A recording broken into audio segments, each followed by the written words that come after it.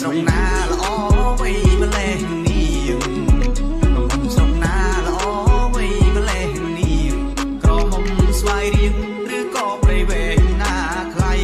ក្រមុំស្វាយរៀងឬក៏ព្រៃវែងណាថ្លៃឈ្មោះវៃទៅណស្រីល្អពីស្អី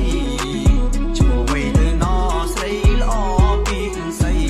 ប្រាប់បានគេថ្លៃអូនកាត់ឆ្នាំអីនោះល្អប្រាប់បានគេថ្លៃអូនកាត់ឆ្នាំអីនោះល្អ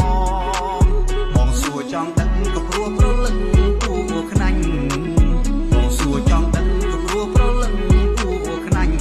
បងអ្នកភ្នំពេញហើយសុំស្រឡាញ់